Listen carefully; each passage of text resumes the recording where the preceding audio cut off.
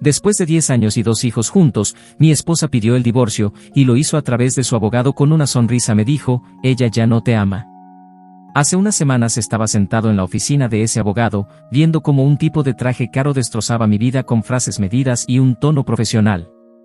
Sus palabras me taladraban la cabeza, ya no te ama, otro hombre, casa, ahorros, custodia. En menos de 5 minutos, todo lo que creía sólido: 10 años de matrimonio, 2 hijos maravillosos, una vida construida a base de esfuerzo, se desmoronó como si nunca hubiera existido. El abogado seguía hablando de cifras, fechas y procedimientos, pero yo ya no escuchaba. Mi mente estaba en otro lado, repasando cómo habíamos llegado a ese punto, y en qué momento Sara, la mujer que conocí hace 12 años, se convirtió en esta persona. Conocí a Sara cuando ella estaba en 2º año de medicina y yo trabajaba en logística. No era un trabajo glamoroso, pero pagaba bien y tenía futuro. Ella era distinta a todas, inteligente, decidida, con una pasión por ayudar que me atrapó desde el primer momento. En nuestra primera cita, me contó su sueño de ser cardióloga y abrir su propia consulta algún día. Sus ojos brillaban al hablar del futuro. Yo le prometí que la apoyaría en todo, y cumplí esa promesa. Cuando entró a la residencia, tomé un segundo empleo para cubrir los gastos. Ella estudiaba hasta la madrugada y yo hacía turnos dobles para que no tuviera que preocuparse por el dinero. Cuando nacieron nuestros hijos, Emma y Jack, organicé mis horarios para ser el cuidador principal. Sara estaba siempre ocupada, primero la residencia, luego la especialización, después las guardias interminables. Pero yo lo entendía. Pensaba que éramos un equipo. Todo cambió hace 8 meses, cuando consiguió un puesto en una clínica privada muy exclusiva. Pensé que por fin las cosas mejorarían, menos estrés, mejores horarios, más ingresos. Al principio parecía así, pero pronto empezó a llegar tarde, sin explicaciones claras. Su teléfono, que antes dejaba por cualquier lado, ahora no se despegaba de ella. Cambió contraseñas, contestaba llamadas en privado y se volvió fría, distante. Cuando le pregunté qué pasaba, me trató como si fuera un paranoico inseguro. Me dijo que estaba estresada y que yo debía apoyarla, no presionarla. Y yo, como tonto, le creí, hasta que aparecieron las primeras pruebas. Hace 3 meses, mientras ordenaba papeles del seguro del auto, encontré recibos de tarjeta que no conocía, hoteles, restaurantes caros, en días en que supuestamente estaba de guardia en el hospital. Llamé para confirmar y no había trabajado. Esa noche la confronté. No negó los recibos, pero me dio una historia rebuscada, que eran sorpresas para nuestro aniversario, que se reunía con colegas para una oportunidad de negocio. Incluso me hizo sentir culpable por no confiar en ella. Pero algo dentro de mí ya no se tragaba el cuento. Contraté a un contador forense, no para buscar pruebas de infidelidad, sino para entender nuestras finanzas. Ella siempre había manejado el dinero porque sabía más de números, y yo nunca cuestioné nada. El contador descubrió que en los últimos 18 meses había estado transfiriendo dinero de nuestras cuentas conjuntas a cuentas desconocidas. Al principio pequeñas sumas, luego montos grandes. En total, más de $200,000. Y eso no era todo, también ocultaba sus ingresos reales. Declaraba un salario modesto en la clínica, pero los depósitos en sus cuentas eran mucho mayores. Mientras yo confiaba, ella me robaba sistemáticamente. Durante semanas recopilé documentos, registros bancarios y pruebas. Y ese USB que le pasé al abogado, bueno, ahí estaba todo. Transferencias, declaraciones de impuestos falsas, documentos ocultos, todo meticulosamente organizado. Cada archivo que revisaba era como otra puñalada a mi confianza, otra confirmación de que la mujer que amaba me había estado mintiendo durante años. Y ahí estaba yo, escuchando a un abogado engreído decirme que iba a perderlo todo. Pero había algo que ni él ni Sara sabían: a veces la venganza se sirve mejor fría. Saqué un USB de mi bolsillo y lo dejé suavemente sobre su escritorio de caoba. El abogado me miró confundido. Solo dígale que lo vea, le dije con una sonrisa que seguro lo desconcertó. Me levanté, caminé hacia la puerta y, antes de salir, añadí, y dígale también que revise bien sus cuentas bancarias. Creo que va a encontrar algunas discrepancias interesantes. Ese USB cambiaría todo lo que pasó después. También me cambiaría a mí para siempre. Cuando llegué a casa esa tarde, me sentía extrañamente tranquilo. No feliz, pero sí liberado. Por fin toda la verdad iba a salir a la luz. Los niños estaban en la escuela y Sara no llegaría hasta tarde, como siempre.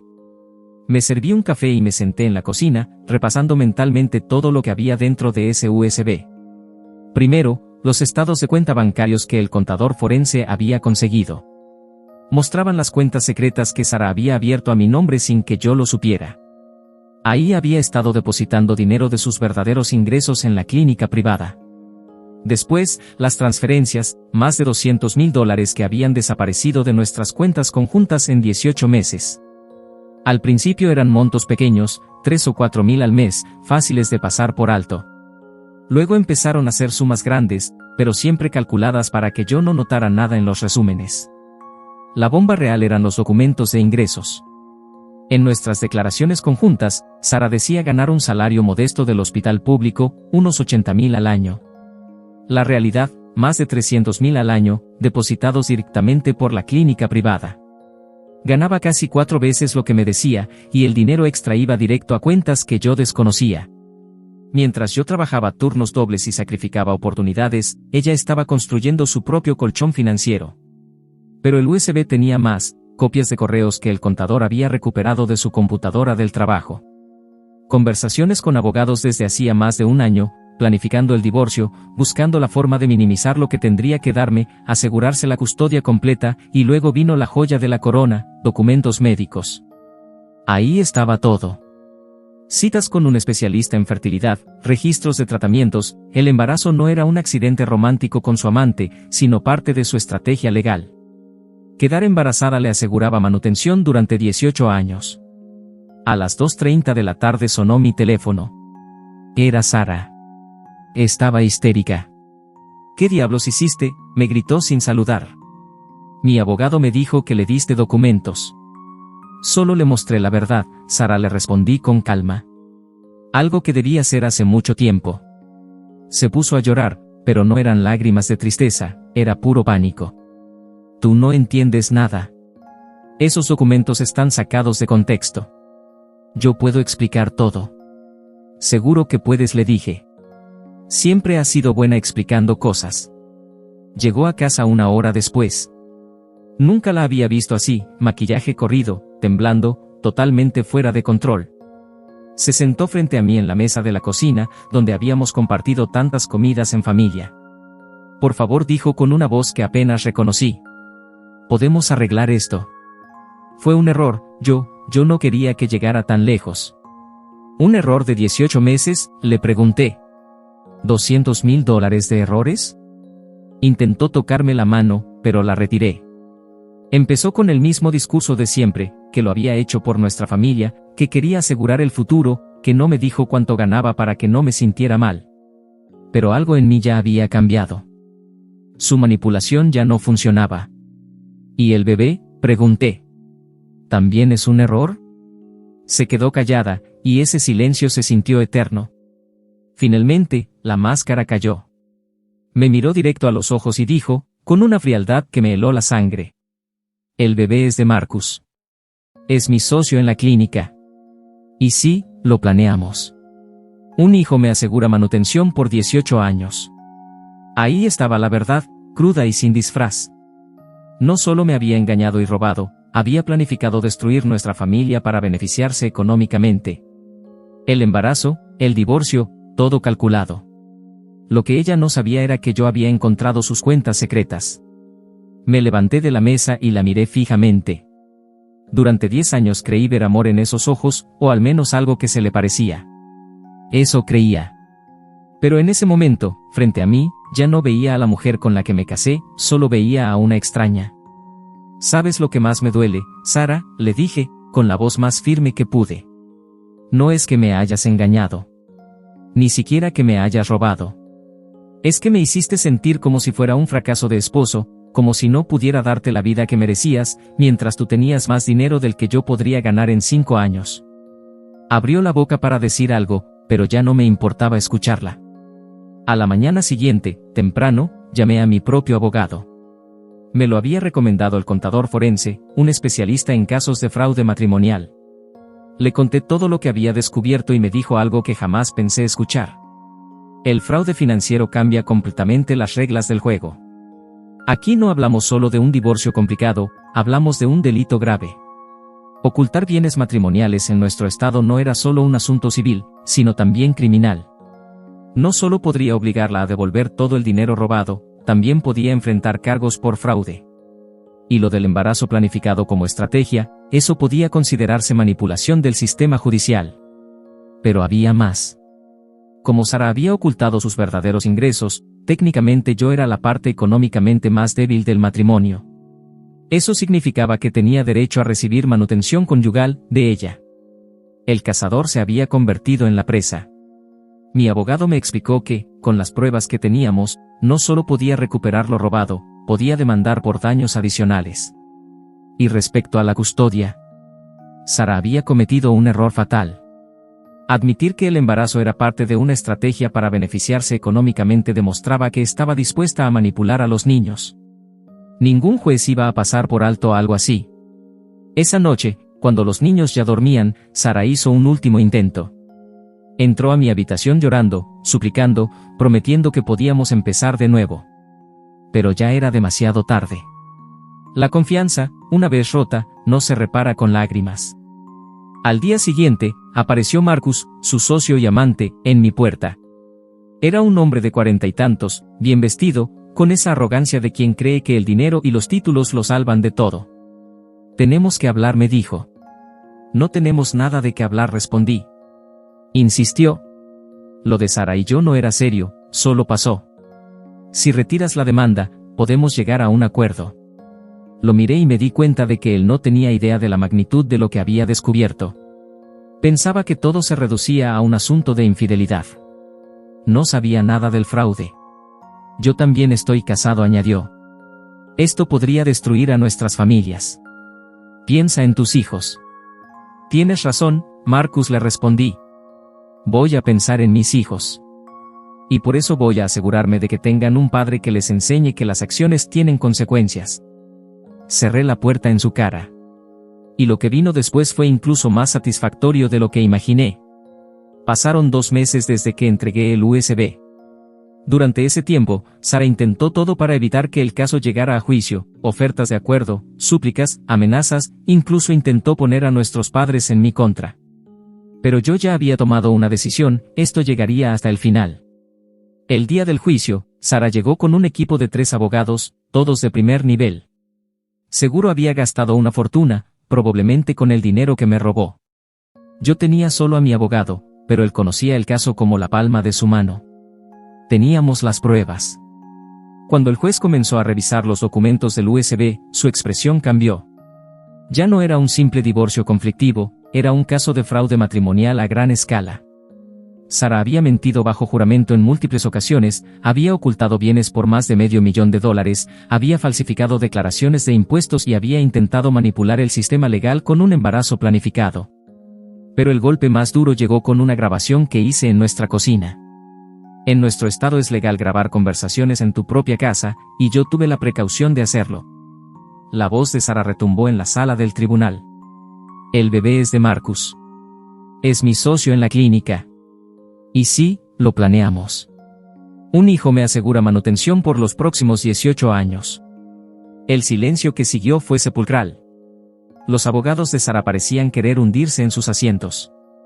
Ella misma se había incriminado con sus propias palabras. Y lo que realmente selló su destino fue el testimonio del contador forense. Explicó, paso a paso, cómo Sara había movido el dinero, cómo ocultó sus ingresos reales, cómo abrió cuentas a mi nombre sin mi conocimiento. Cada palabra era un clavo más en el ataúd de su caso. El testimonio del contador forense fue la estocada final. Explicó con detalle cómo Sara no solo había escondido dinero, sino que había usado nuestro número de seguro social compartido para abrir líneas de crédito sin que yo lo supiera.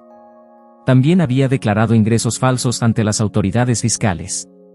En otras palabras, no se trataba solo de mentiras dentro del matrimonio, sino de delitos federales serios. El juez no dio rodeos. Su sentencia fue clara y contundente. Primero, Sara debía devolverme de inmediato los $200,000 robados, más intereses y penalizaciones. El total ascendía a $270,000. Segundo, como había ocultado sus ingresos reales durante todo el matrimonio, la división de bienes se recalcularía en base a esos ingresos verdaderos. Eso significaba que yo tenía derecho a la mitad de todo lo que había ganado en esos años, incluyendo su parte de la clínica privada. Tercero, y para mi sorpresa, el juez determinó que yo debía recibir manutención conyugal por 3 años. Al haber sido el cónyuge que sacrificó su carrera para apoyar la suya, la ley me reconocía como dependiente y, por lo tanto, con derecho a compensación. Cuarto, sobre la custodia de Emma y Jack, el juez fue tajante, su manipulación financiera y el uso de un embarazo como estrategia legal demostraban que no actuaba en el mejor interés de los niños. Me otorgó la custodia principal, con visitas supervisadas para ella hasta nuevo aviso. Y por último, Sara debía pagar todos los gastos legales, tanto los suyos como los míos. Esos 3 abogados carísimos habían terminado siendo una pésima inversión. Pero las consecuencias no se quedaron en el juzgado. El caso llamó la atención del Colegio Médico Estatal. Falsificar documentos financieros y utilizar información médica con fines de manipulación eran violaciones éticas graves. Le suspendieron la licencia médica por 2 años. Sin ella, no podía trabajar en la clínica privada.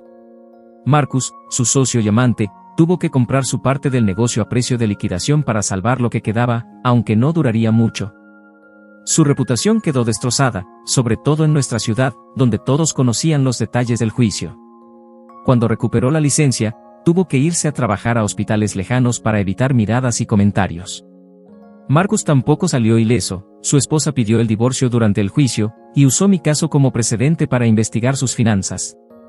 Descubrió que él también ocultaba ingresos y terminó perdiendo gran parte de su patrimonio. La clínica privada, sin reputación ni pacientes, cerró en menos de 1 año. Mientras tanto, mi vida tomó un rumbo muy distinto. Con el dinero recuperado, pude por fin invertir en mi educación.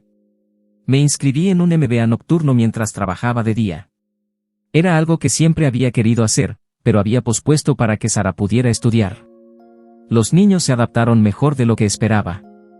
Emma, que ya tenía 8 años, me dijo un día: «Papá, mamá siempre estaba en el teléfono y nunca quería jugar con nosotros.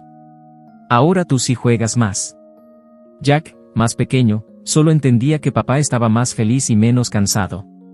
Les expliqué la situación con cuidado, adaptando las palabras a su edad, que a veces los adultos toman malas decisiones, que mamá había hecho cosas que lastimaron a nuestra familia, pero que seguía siendo su mamá y podían amarla igual.